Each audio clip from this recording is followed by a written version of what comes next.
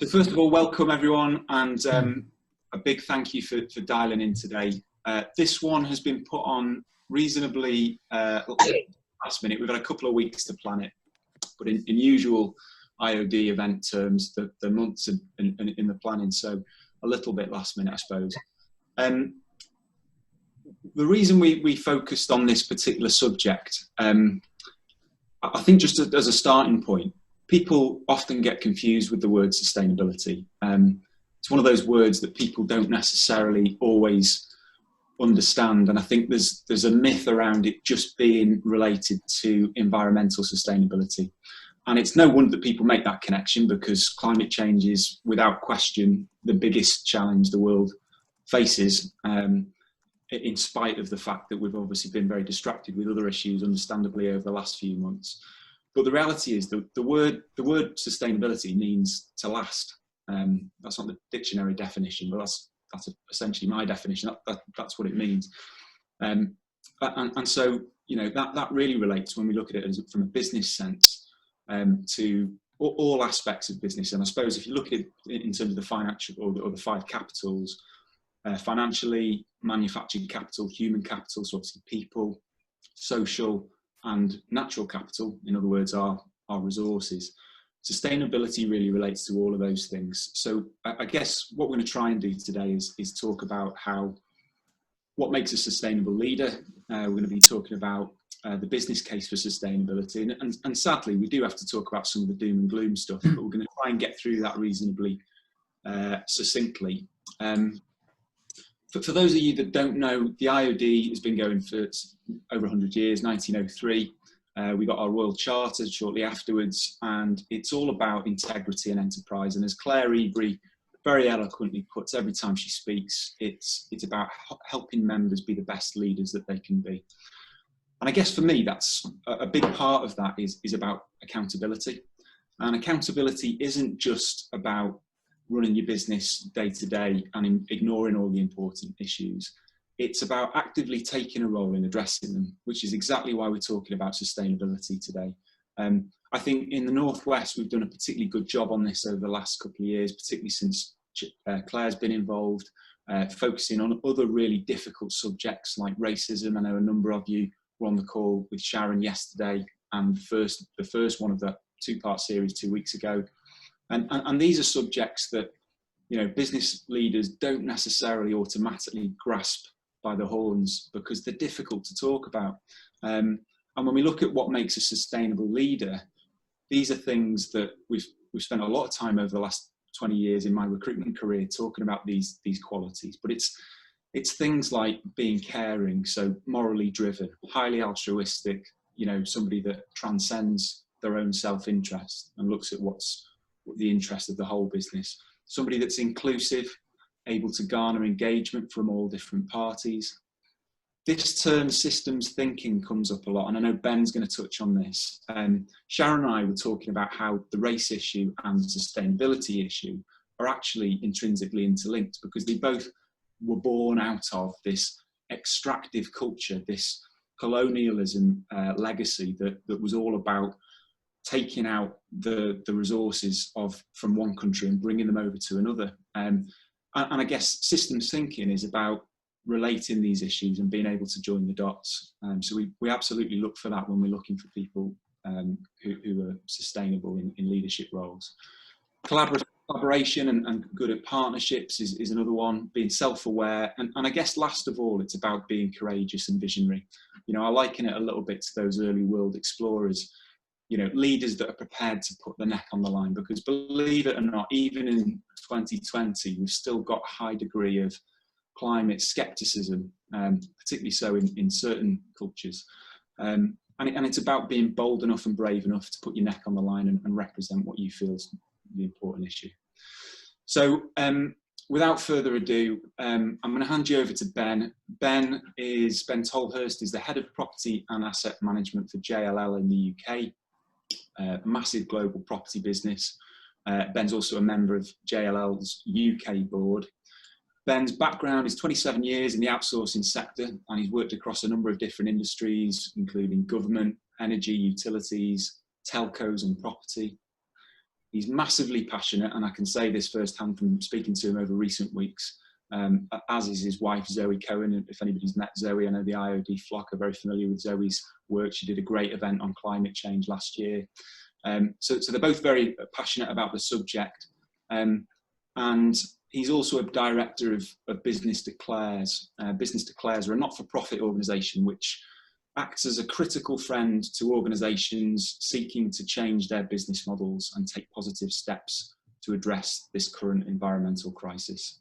So without further ado, if you are able to share those slides now, Ben, over to you. Yeah, just doing that now. So can everybody see the screen okay? Yeah, see some nods. Yeah. Fantastic. Okay, thank you very much, Rob. So I'm going to talk for 20 minutes. Let me just get this on slideshow if I can. I was just thinking about it.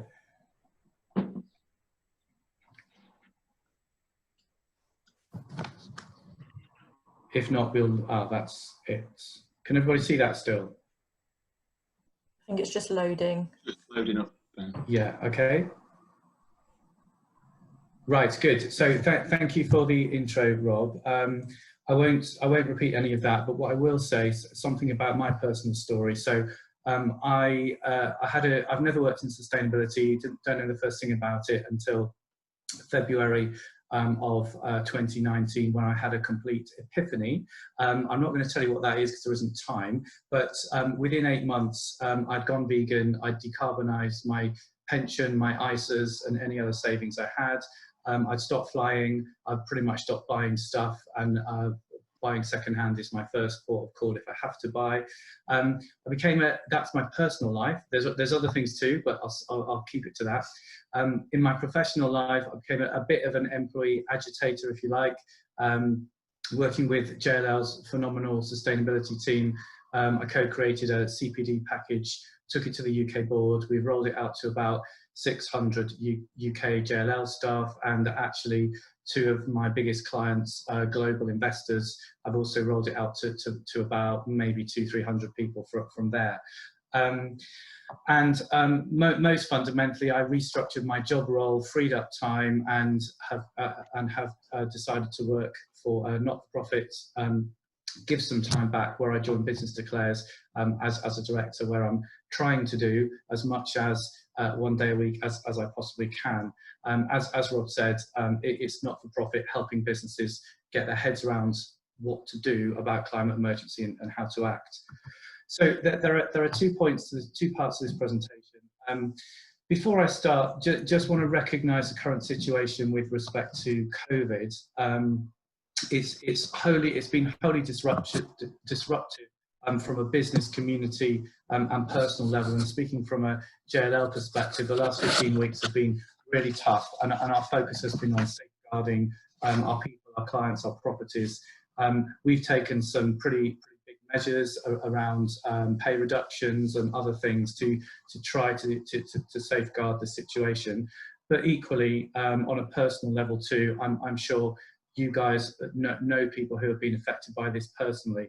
So I just wanted to call out a degree of empathy with what your businesses have been going through. It's the same with us, as well as from a personal perspective. COVID, of course, is a zoonotic virus, like thousands of others, Ebola, MERS, SARS, HIV, etc. And that's come about because of the way we treat nature. So there is a very clear link between COVID and the climate emergency, and I just wanted to recognise that. What I want to do is talk about 5 things.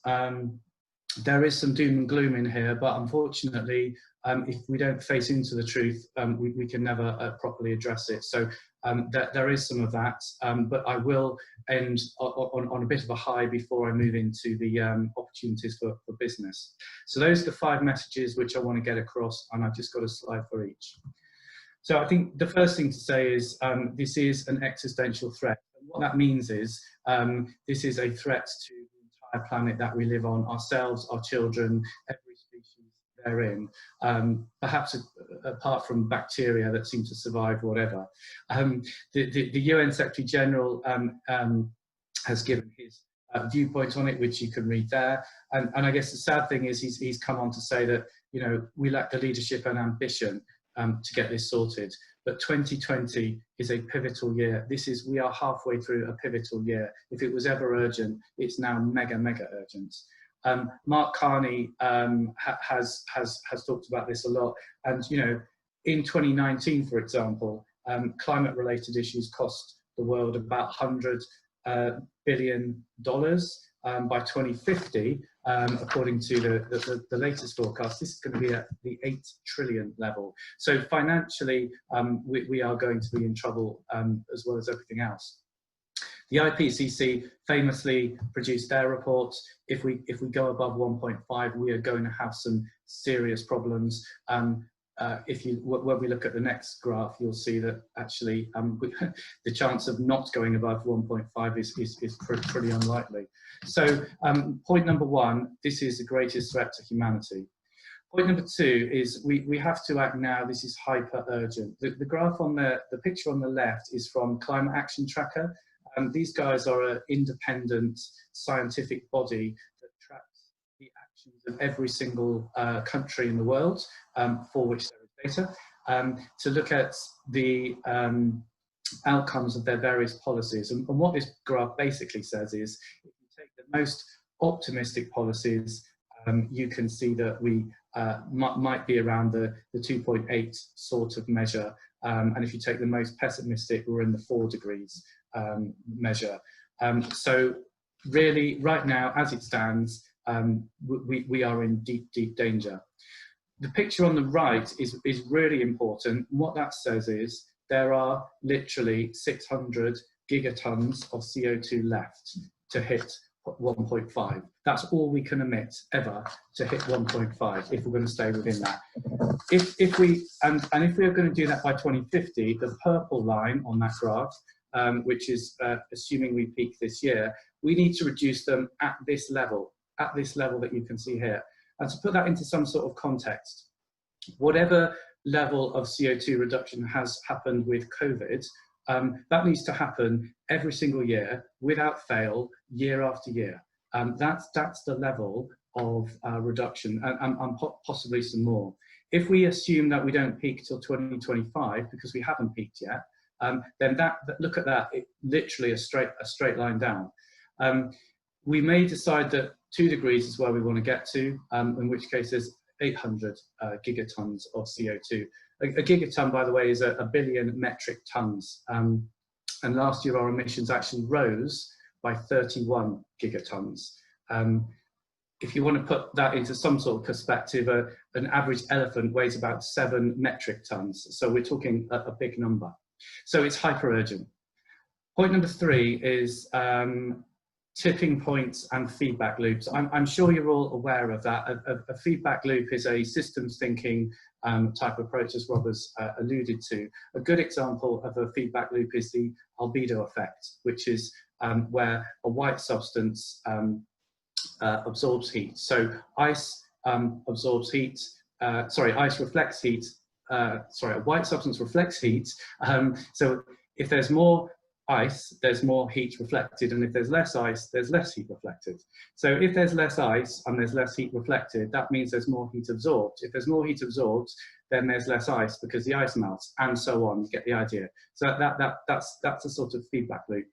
But that feedback loop then will spur other feedback loops. So if there's less ice because it's melted, then there's more water. If there's more water, there's higher sea levels. If there's higher sea levels, there's more dark. If there's more dark, there's more heat absorbed. If there's more heat absorbed, there is a temperature rise which affects marine life in the sea, which affects the food chain, the marine food chain.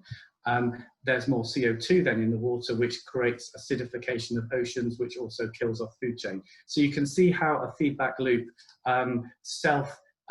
propels itself, if you like, round that circle. At some point, that feedback loop reaches a tipping point, and once it reaches that tipping point, it means it's unstoppable. The recent reports from scientists have highlighted 9 particular tipping points, and I can tell you what they are later if you're interested. and that we are close to or may have reached six of the 9. So this then creates an unstoppable cycle of events, which even if we were to stop intervening, it would still keep that cycle going. So we are at a very dangerous point in time. So that's my third point. We are in a game of Jenga. Point number 4 is, unless you've been living somewhere under a rock, you will have already seen the weather events, seen and felt the impact. I'm just going to pick up 4. In terms of weather events, you may remember last year's Storm Petra. That covered 200 million people across 39 states in the US.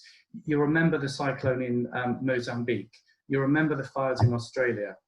You will have read only a few days ago that the Antarctica reached its highest temperature ever. We are seeing this every day, and you know, today, for example, is going to be the hottest day of the year. This is going to be one of the hottest months on record, etc. So we are seeing these things. We're going to lead to a situation where land is uninhabitable, both from a kind of wet and a dry area. So, for example, Jakarta in Indonesia sinking 6.7 inches each year due to excessive groundwater. That's going to be underwater by 2050. So the Indonesian government are partway through a plan to relocate 10 million residents 100 miles away, costing 33 billion. That's already in train.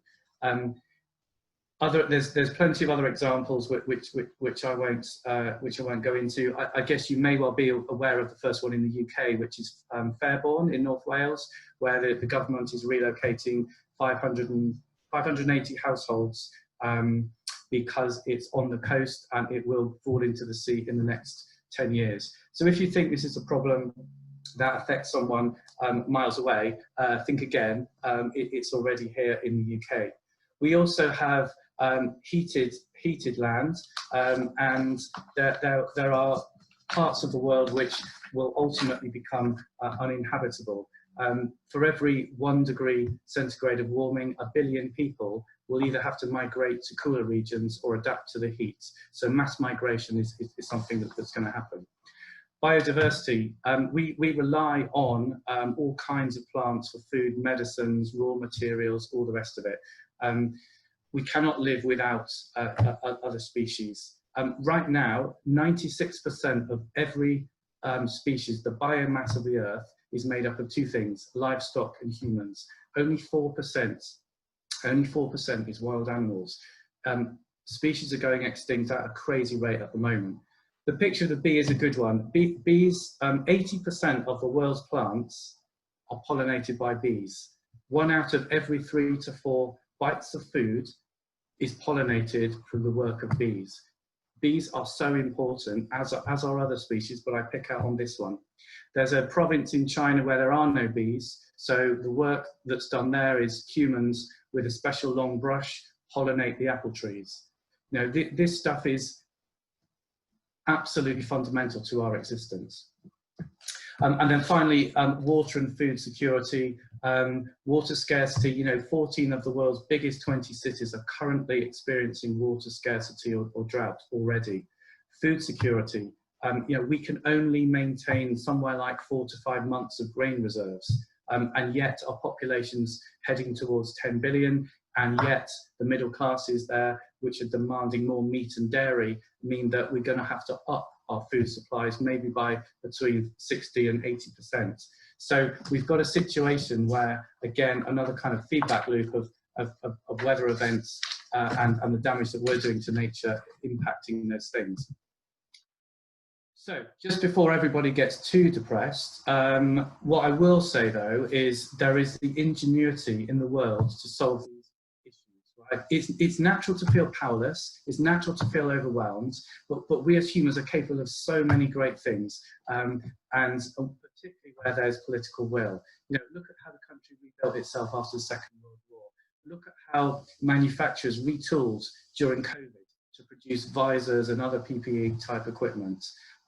Look at how a Tory government funded 9 million people through furlough, spending 14 billion a month, nationalised the railways, rehoused homeless. things can be done. Things can be done really, really quickly. We just need the political will to do it. We also need money. The International Energy Agency reckons that we need about $1 trillion each year to get the climate, to get the economy to a net zero basis. That sounds a lot, but actually not when you think there's $300 trillion in circulation around the place. And actually we're spending somewhere around 250 billion on fossil fuel investments. The money is there, the human ingenuity is there. Project Drawdown, I'm sure you're all familiar with Project Drawdown, but it's a document that gives 100 solutions to fixing the climate issue. So we have all the tools that we need. So there is a positivity in here. The second part that I want to move on to is opportunities for business. And I've categorized those into 3 areas. So let me race through these. The first one is people. People, the war for talent has never got tougher. This link from McKinsey's is one I would really encourage people to read, and I'm sure we can share these afterwards. A purpose-led business is one which will attract, retain individuals, and more people, largely millennials and Gen Zs, who will make up about 80% of the workplace in the coming years or so. More and more of those people are seeking a purpose-led type business, and a purpose-led that has some social good, some environmental good. The example shown here, Peakton, which is allegedly a world-leading platform for measuring employee engagement. There was a survey from B Corp, there was a survey from Aon. All of these organisations are finding time and time again that people want to be part of a purpose-led business. In JLL, where I'm very close, particularly around the millennials, people want to work, are saying to me all the time, I want to work for someone that isn't just in it for profit, because I'm the one that's inheriting this planet, and I want to see some good. There's some examples there from Whole Grain Digital, who have a kind of climate perks scheme, which is aimed at helping individuals to do better things for the planet. And there are loads of examples of climate perks, from cycle to work vouchers to subsidising people in terms of their home energy, to sabbaticals with a cause. And Timberland is another example there. I've tried to pick sort of small and big companies in some of these who are doing a load of good things for charity. All of this stuff is aimed at attracting people and winning out in the war for talent. So there's a huge opportunity to get your businesses as talented as possible during this period. There's also a huge opportunity in terms of products. There is so much innovation going on out there at the moment, and you can see the quote from Deloitte around how the climate change is stirring that. There's some examples from big businesses there, Unilever and Tesla, which you'll be well aware with. I would call out a couple of other smaller and startup businesses. You know, the Graphene Corporation. These guys have found a way of getting battery technology into an affordable way which a consumer can buy. And I know they're working with social housing and others to get these units in, perhaps linked to photovoltaic on the roof.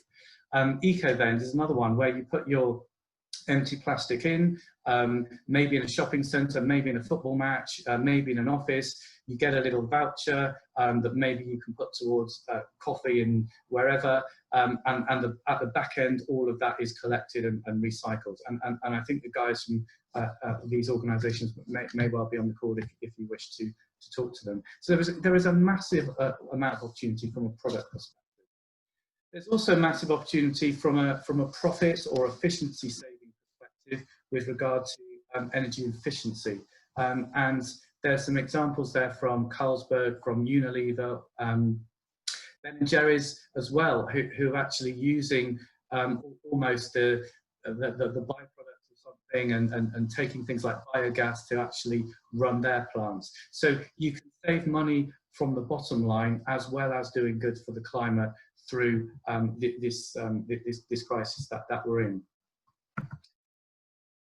The penultimate one is around resilience. This may not be an opportunity as such as a demand on businesses, so we will all be required through the FSB task force to provide returns on our climate-related financial risks. So disclosures, almost like the SCSA, for example, that kind of stuff. So we'll be looking at things like, asset value erosion, price volatility, regulations, all of those types of topics. So this isn't something that we can choose to avoid. This is something we're going to have to do. So it's going to be built into the very fabric of running our businesses, if you like. So again, it's not something to grasp. And I use an example there from IKEA. One way of managing their stability and their resilience is going off grid with their own sources of energy. And then the final one that I wanted to call on, just checking, I'm nearly at time, is investments. Wherever you go, whatever you read, ESG funds, impact investing, anything that has a sustainability side to it is outperforming stuff that doesn't.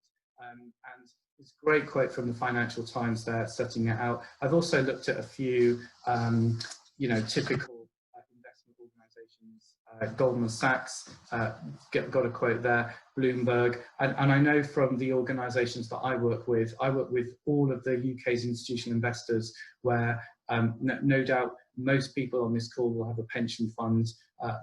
Some of that pension fund will involve property, and there's a fair chance that JLL will be running some of that property.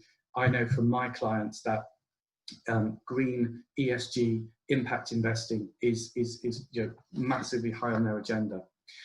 So there are 5 big messages that I wanted to give around the threat, the urgency, the tipping point that we're at, what we can see already, and the ingenuity we have to solve these things.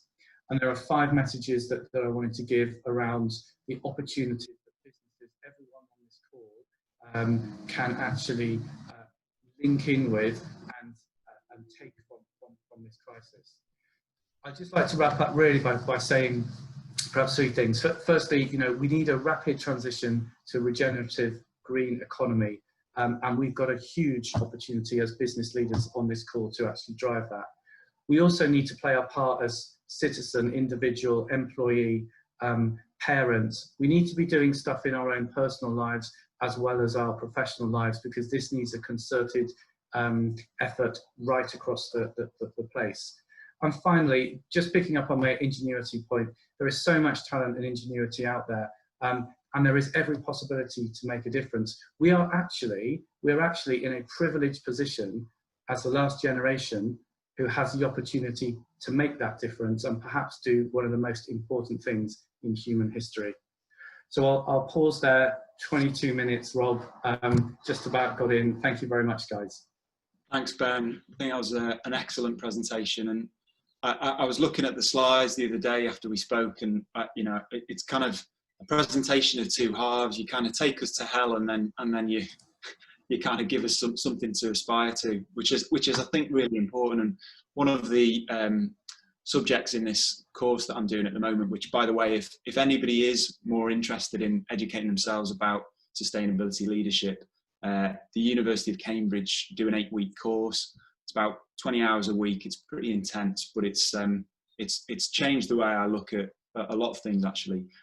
So highly recommend it. But one of the things that they talk about is this idea of, if we're going to actually affect any meaningful change on the subject of climate change, we need to change the narrative and the way that we talk about it, because I think for years people have been hit over the head with this kind of message that, you need to change the way you're doing things, change the way you're doing business, be good, otherwise you're going to hell, kind of thing. But the reality is people don't really react to that. So this particular area of the course talked about this notion of selling the sausage, selling the sizzle and not the sausage. So basically talking about the experiential stuff that your business is going to see and feel as you go on this sustainability journey, the impact that you'll play in your local society, the effect on employees, like Ben talked about, from employee engagement. So there's a huge amount of opportunity to embrace and look forward to if we actually get under the skin of sustainability. But it's about the message, and I think Ben delivered that extremely well. It's not just about big companies. Ben obviously works for a big company, and Jeff who I'm about to introduce you to, also works for a very big company. SMEs have a very big role to play in this, particularly when you look at the UK economy, which is, I forget the exact statistic, but it's definitely in the 90s in terms of the percentage of businesses, SME businesses that comprise the economy. But Jeff's going to talk us a little bit more about it from a corporate point of view, and then we can open it up to Q&A and discussion. Bit of background to Jeff. Jeff was brought up on a small family farm in South Armagh, Northern Ireland. He read biology in Liverpool, followed it with a range of post-grad qualifications in health and safety, management, and a sleepless MBA. His doctorate concerned the strategic business value of social networks. And currently, Jeff is the director of BASF, responsible for a service portfolio in the UK and Ireland, and BASF's sustainability network in Europe. Jeff's a fellow of the IoD, the RSC, and the IEMA, and has been with the BASF group for almost 20 years and advises a wide range of strategic and tactical groups inside and outside BASF, covering private, public, and third sector organisations in arenas including science, environment, and further education. I welcome Jeff Macke. Rob, thank you very much. Can I just confirm you can hear me okay and you can see my screen? You're good to go, Jeff. Thank you. Thank you very much for the introduction. I have to say, when I get introduced like that, I just feel old. However, what I'd like to do today, I'd like to build on some of the messages you've already heard from Ben, because actually this topic for some of us has been a lifelong journey. The reality to start the conversation is we only have one of these. And the problem at the moment is, depending on whose figures you care to take, we're currently using in our society and our consumerism probably something around 3 of these. And the answer is that's not good enough. The conversation starts, and we've already seen the scene setting from Ben, because business as usual is not enough. The answer is we can't fiddle around the edges with this, and we can't tweak it, because actually it's too big and we need to change things now. I'm going to share a few figures. Some people may regard them as contentious. Please do come and pick a conversation with me. I'd preferably do it over a cup of coffee or a glass, but at the moment we're all working from home. The reality of tomorrow is we're continuing to move in the wrong direction. There's little question we can do something about it. And as we move forward, we also have to understand the trends and the themes that we are working within. The conversation and the fact that man-made climate change is and will continue to cause devastation is not up for discussion. As far as I'm concerned, if anybody wants to go out there, I'm more than happy to meet them and take them on head on. These are very real and the consequences are very real. However, we also have to balance this against the world we live in and how people choose to spend their time in their world. Really interesting to see Ben's slides because, for example, do we really need more furniture? Do we really think that alcohol is a requirement for human life? These are personal choices. And for me, a picture like this starts to get that conversation going, because in this picture we have plastic being used. We have clean drinking water being wasted. These are parts of the dialogue as we move forward, because quite often, particularly in old Europe, if I may, we forget how privileged we are. We actually need to understand that as part of the conversation. And the question of how we feed ourselves and how we feed others globally and how we look after our fellow man is another part of this dialogue. The conversation from my perspective is, and I'll touch a little bit on my personal journey and what I do within the business in a moment. We have to have an understanding of how to change the world and do it as soon as we can. From our perspective as a business, we've been on this journey as a while, but I'll also do a little bit about introducing who and what the business is. By the way, I should also say, this is one of my favorite slides, given the fact that I have now got teenagers and I've been homeschooling for the last 3 months. I leave that picture there for a moment. The reality sometimes is slightly different. Let me just take a quick run through some of what any of us can do, and I'd like to make the case for how we do various things, and also, if I may, do a very quick 1.5 minute conversation about who and what we are as a business. The reality of what we are as a business, we're a chemicals technology business. We work globally. In the UK, I've got 12 production sites. I've got a number of different roles. I sit on the PLC board, and I'm also responsible for sustainability across Europe. The reality of our conversation, and the word chemistry shouldn't scare any of us because we're all made up out of chemicals. We all use chemistry and chemicals in all sorts of ways. And going back to my glib comment to start this conversation, I would remind you that in the chemical world, alcohol is a solution. Part of the conversation regarding sustainability is to understand, and understanding is part of this, because actually we're currently making a pretty good mess of some of this. And there's a huge number of issues we can deal with.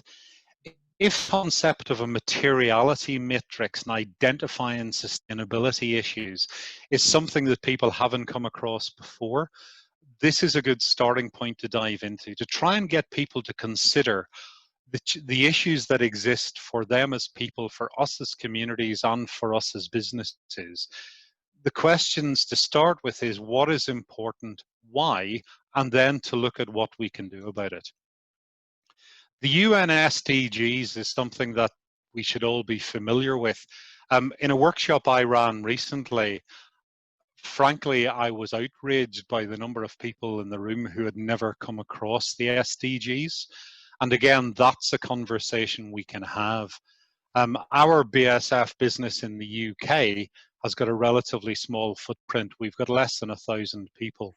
However, all of those people have been through carbon footprinting training as we move forward, and that's something I'm now rolling out into the customer groups as part of this conversation. Therefore, when I talk about the business conversation, part of it is to talk about what we can do. So it's not just about sustainability, it's what ability we can make for long-term sustain. We talk about we create chemistry for a sustainable future, and many people will have views on where chemistry does and doesn't fit. To give you an idea what our business does, we produce everything from omega-3 and omega-6 from waste pieces of fish on the Isle of Lewis through to biopesticides in Littlehampton. We produce polyurethanes, we produce car paint, we produce all sorts of products that we touch every day. Some of the people that Ben touched on earlier are our customers. People like Unilever with surfactants and detergents. And part of the conversation is how we use those products, not just how we produce them. For us as a business, and we're a global business, part of the conversation and one of the reasons that gives me the mandate to be here is we want to try and push this conversation. We want to push this conversation in all sorts of ways of what we can all do. And that's part of it to grasp very quickly. It's all about discussions and what we can all do to make a difference. For business, one of the starting points is to understand your business model. Now, I don't mean this to be motherhood and apple pie for people, but a lot of businesses don't take a breath and they don't think about what they can do regarding their business. And part of that is to look at sustainability areas of action. From our side of things, we have actually plotted our entire portfolio And over the last decade, a little bit more, we've been moving away from products that we would regard as not contributing as much as they could to sustainability. I've made one or two comments about this because the interesting conversation, of course, is if we take our personal care business and we take things like deodorant, or we take things like surfactant or detergent or eau de cologne, there's a conversation in there about what is essential and what is necessary for human life and the choices we all make. And one of the things I'm not going to do is I'm not going to say you should not wear eau de cologne. But I am going to say things like what we can do and how we can do it, about how we can all contribute. We have to be aware and we can all make personal choices. Those choices start and go on, and that's a workshop conversation. But also part of this is what we can all do. One of the opportunities in the UK is actually Brexit. Because one of the opportunities to be a leader in sustainability is to advocate to the officials and our governments that we need to lead on some of this, and we need to make some really serious choices. Here in the Northwest, we've seen some of those being made successfully in Greater Manchester, and that's another part of the conversation going forward. We can all make personal choices. You know, the question, for example, of transport, how we can decarbonize transport, how we can simply stop driving. Like, what have we seen in the last 2 or 3 months? Do we need to continue to buy cars? Can we look at different models of ownership? Can we start using more recycled and last virgin material? How can we drive the legislation to ensure that happens as part of this conversation? Should be something that all of us considers in our business. And the reality of the conversation when we're talking is we have projects that put things back in the value chain because we have to look at circularity. We have to stop being so wasteful. And this is not a dream. This is reality for our business. You can also start to see, and I'm not going to go through this and explain at length, but you can also see some of the things we choose. And we have added effects in different ways. But when we're talking about compostability of plastics, there's a conversation about why are we using plastic at all? How do we choose to make our buying decision? Compostable plastics are a wonderful polymer. It's a wonderful resource. In the right way, they are a fabulous thing. We abuse the polymer and we abuse its use. Compostability may not be the answer. I was having a conversation with one of our leading resellers a couple of years ago, and after about 10 minutes of introduction, I said, look, just be clear. Do you want to use less plastic or do you want to be more sustainable? Because the two are very different conversations. And that's also a conversation about how we choose to live our lives and make our buying decisions. I think for most people, they'll be very comfortable with the idea of ecology, economy, and ecology. The reality is balancing those. And these are not simple conversations. But I know for years I've said very simply to someone, why are we buying flowers? Why are we shipping flowers in during the winter from places that, frankly, shouldn't be growing them? And there are complicated conversations in there about now we are supporting economies around airports in parts of the world that if we stopped buying flowers, we would damage their economy. These are not simple conversations, but they are conversations we need to deal with. There are some very basic things we can all understand, but we have to learn more and we have to work on those. Also, we shouldn't be trying to get people who are developing to make the same mistakes we have already made. That is part of the conversation.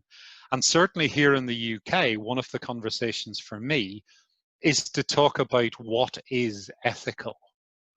What is ethical as regards consuming, production, and consumption?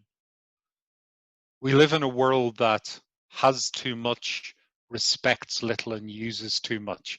And that's something we need to consider when we talk about what we do and how we do it. We always come to crossroads, we all come to turns in the road. One of the challenges is quite often we don't realize it's a turn in the road until we look back. And the conversation when we're talking about the generations who succeed us is to ensure they can't point the finger and say you didn't make the right choices. To be very glib for a second, every one of us can do less of this and more of this. We can do that as a matter of course. We can all make decisions in our personal and professional lives that make a difference. And we shouldn't shy away from taking those decisions, because we all can make a difference to ensure that the only thing we leave on the beach is footsteps in the sand. Some things will not change, but we have to understand the decisions that we make to affect what we all need.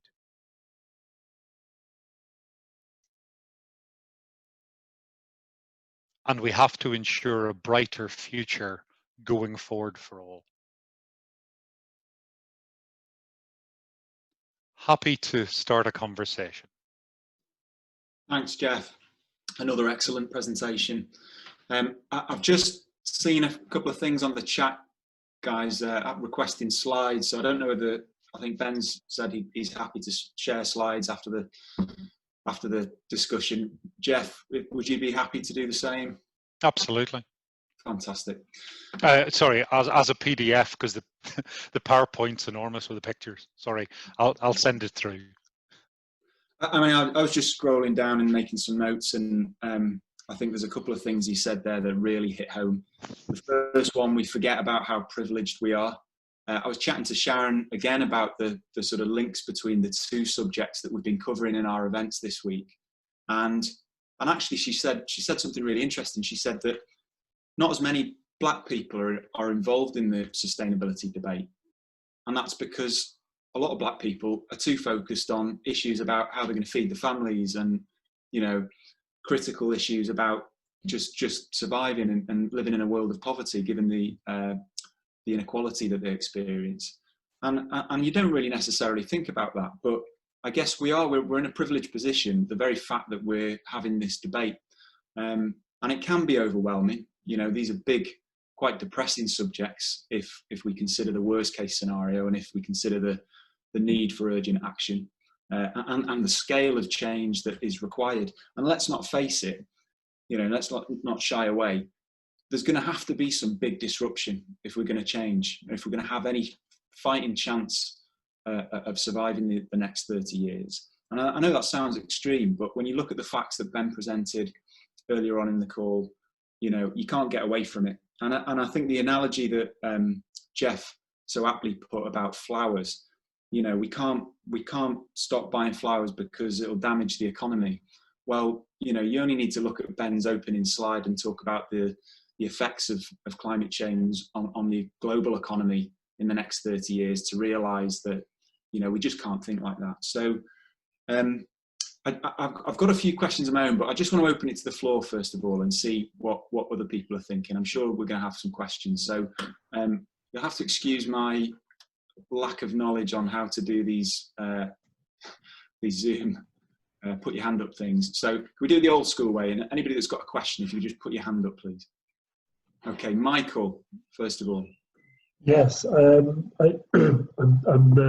based in Lancaster, by the way, working on stuff like this locally. But my question is, how do we coordinate and correlate what we're doing in such a way as to accelerate the changes that are needed as quickly as possible? Ben or Jeff? Is that for anyone in particular, Michael?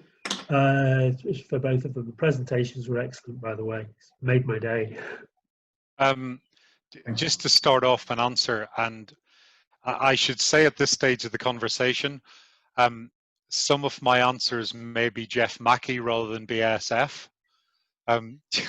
because I'm going to make one or two political points that may be not regarded as company policy. The starting point from my perspective is that if we try putting everything everything together into a great big system, the odds are it won't work. We have shown ourselves as incapable as a society to actually make these huge changes unless we're driven by things like COVID-19. Because the reality of the conversation in our business of how to stop people getting in their cars and not going to the office, well, we're not having that conversation anymore. That problem's been solved in the last 3 months.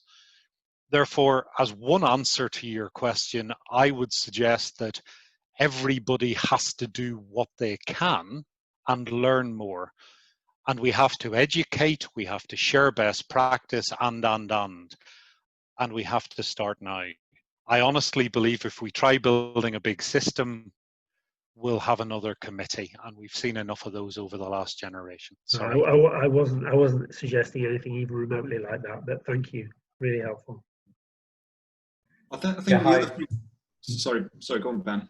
So, sorry, I was just going to say that's great. It's a great question. I wish I had a great answer, but for me, it's about the Venn diagram of government, citizens, and business. We need to bring that together because neither one on their own can actually make that happen. Although the government has got to have a massive role in here with regard to legislation and getting the message out there. And there's a great thing on the chat from somebody, Val, in fact, you know, saying, you know, the strap line that we have from COVID, actually something like that ought to be created by the government because people think that this climate stuff is way off, and they, you know, if they're in their 40s or 50s, they'll probably just about be all right, and well, their kids, well, they'll just have to survive anyway, and you know, we can't worry about that. You know, we've got to get away from that mindset because all of us on this call are going to experience some pretty horrific hardships in our lifetime, let alone what the hell happens to our kids.